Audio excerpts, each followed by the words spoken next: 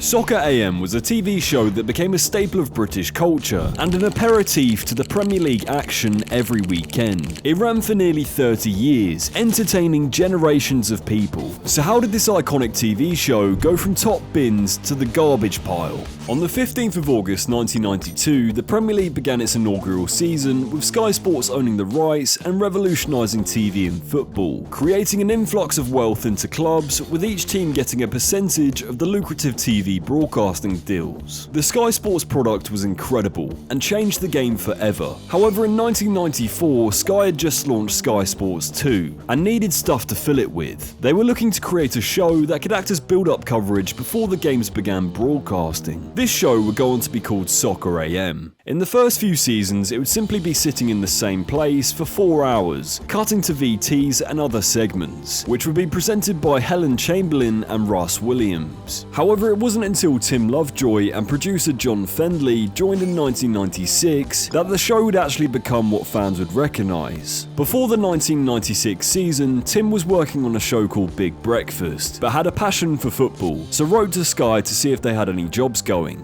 I got called in and Mark Sharman offered me the role of producer of Soccer AM and Soccer Extra. I thought, that's a lot of work and I'd have to take a bit of a pay cut to do it, so I said no. Then they called me back and said I could produce it and present it. It was like a dream job. I said yes, I was going to be player manager. In order to make Soccer AM interesting, Tim and the other producers knew that they needed to make it more fun. They wanted every Saturday to be like the build-up to the FA Cup final. The presenter Helen Chamberlain stated, "Oh my god, this is what I want to do. I didn't want to do serious telly, I just wanted to do fucking about." And that's exactly what they did. Each episode of Soccer AM focused on a chat show style panel with an audience of fans from different football clubs, interwoven with a series of segments switching between live skits to pre-recorded features such as, but not limited to, Unbelievable Techers, Nutmeg Files, Third Eye, Taxi, Teammates, Crossbar Challenge, and Skill School. In the early to mid-2000s, they pushed boundaries and created an amalgamation of comedy, football, and Britpop culture every single Saturday. This idea would be reinforced from being able to secure guests like Liam Gallagher and other iconic bands at the time. Towards the end of the episode, these guests would then join the crew and the fans of the week outside in the car park football pitch, where everyone would try and kick a football through a number of holes within 60 seconds. There were many characters throughout the life of Soccer AM, but by far one of the most iconic characters and segments from the show was Tubes.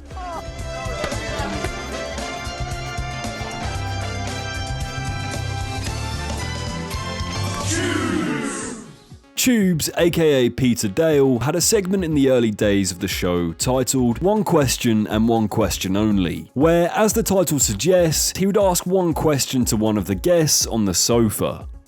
Cool. Have you had a busy week? Yeah, really busy. Really busy? Yeah. What have you been up to? Worrying about this. Okay. Tubes, as always, and quite annoyingly today, I imagine, you've got just one question. Oh, no. I know, and one question only. Who is it to? It's for Dwayne. Oh, wait.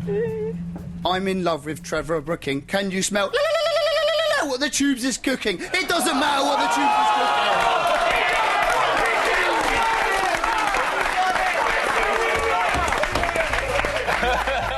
Other than the naturally comedic talent of Tubes, this clip really shows how culturally relevant the show was at one point in time, with the show being able to book The Rock, Evander Holyfield and Danny Dyer as guests on the same show. In later years, Tubes would transition into a pre-recorded segment where he interviews celebrities and sports people rather than asking questions to the live panel. Throughout the show's life, Tubes was notoriously known as a big drinker, due to his weekly binging exploits outside of the show, but his drinking actually became a joke within the show, with Tim Lovejoy jokingly calling for pub landlords across the country to ban Tubes from their establishments, with some places even getting cardboard cutouts as part of the joke. He became the notorious party character that came with tragic consequences. And it got to a point where in the morning I'd just go under my bed, get a couple of, I'd call them fuck me ups. Yeah. Because it put me back on a level. Yeah. Down them, and I'd be like that.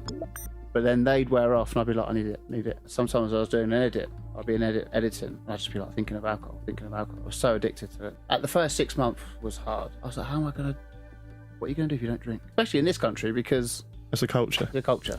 Do you feel like you got support for it when it was all happening? So obviously, as you just said about like the cardboard cutouts and stuff, I feel like in society now that would never happen. No. Like I know, I get that it's a joke, and obviously they weren't really doing anything wrong. But if that same kind of thing happened now, you could just see it like blowing up, and people saying, "Oh, why aren't they trying to actually help rather than making a joke out of it?"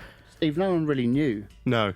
That was sort of an indication of like I was a big drinker. Yeah. Because if they knew I had a problem, wow, they'd support me. Yeah. Like they did when I admitted that Once I was you like, I finally just did. can't do this anymore. Fenners was like, come on, mate, let's sort this out. In January 2018, Tubes posted to Instagram, which featured photos of him being arrested, along with the caption, 2017 and half of 2016 have been the best years of my life, because I finally admitted I'm highly addicted to alcohol and enough was enough, and had to stop. Just wanted to say a massive thanks to everyone for all of your kind words and support. It's massively appreciated and keeps me strong.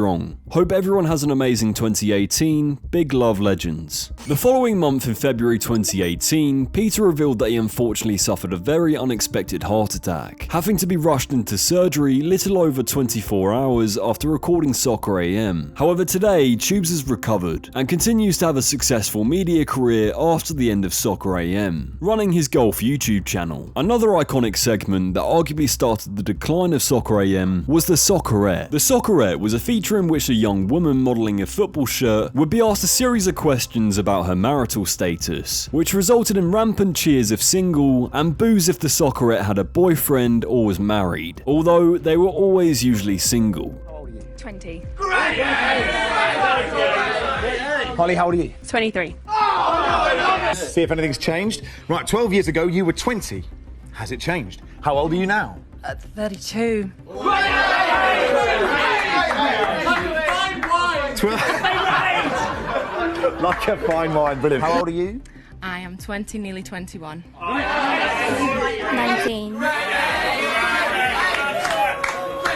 2 questions. Question 1, how old are you? I'm 25. I'm 21. 21. How old are you? I'm 18. You, Joe Simpson, question 1, how old are you? I'm 19. How old are you? I'm 19.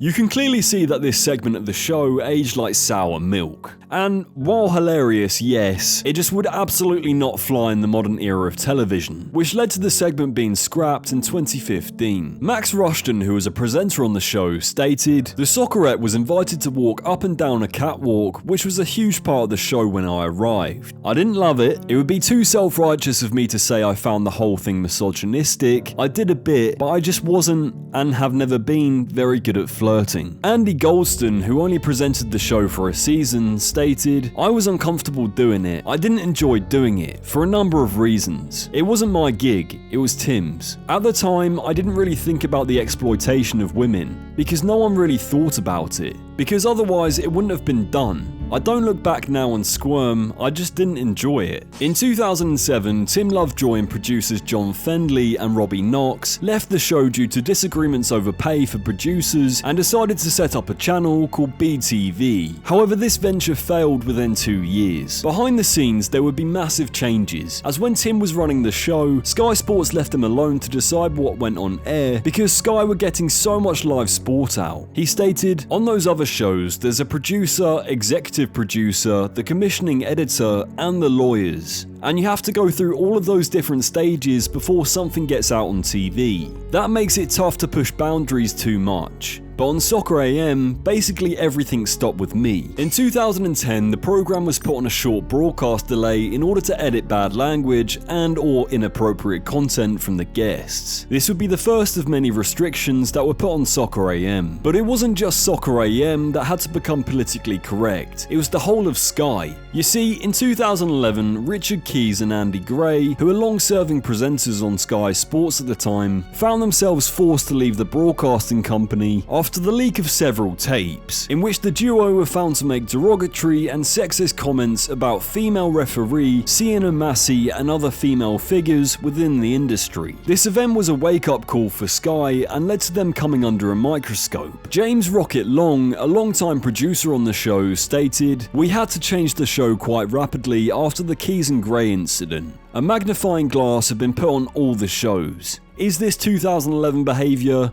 Should we be doing this? It was time to become a little bit more politically correct." Which is right, you've got to move with the times. Which, right there, is a basic summary of why the show ran aground. In 2015, producer John Fenners was brought back to turn the show around, amid Sky feeling like the show had lost its way. Fenners stated, "My feeling was that the show needed to change and move on. I felt it had gotten away from football. The show had gone a bit down more a celebrity route. Once footballers started watching Soccer AM again, we knew we were turning the ship around. With the recoil of political correctness and going through numerous format and cast changes, it left a lot of fans feeling like they wanted the old show back. But you can't simply put it down to woke culture or political correctness, because there are a number of factors that resulted in its decline. One of them being that TV has been dying for the last decade, and the influx of social media. In 2001, the show was reduced from 240-minute runtime to 180 minutes. Then again in 2010, taking it down to 120 minutes, and then sliced in half again to just 90 minutes per episode in 2016. This trend clearly shows a lack of demand for a live football show throughout the years. I mean, why would you want to watch a 3 or 4 hour long football show where they talk about all the stuff you've already seen throughout the week on social media? On the 27th of May 2023, the last ever episode of Soccer AM aired, ending 28 years of continuous programming. After Soccer AM was axed, the 10:30 Saturday slot was replaced with Saturday Social,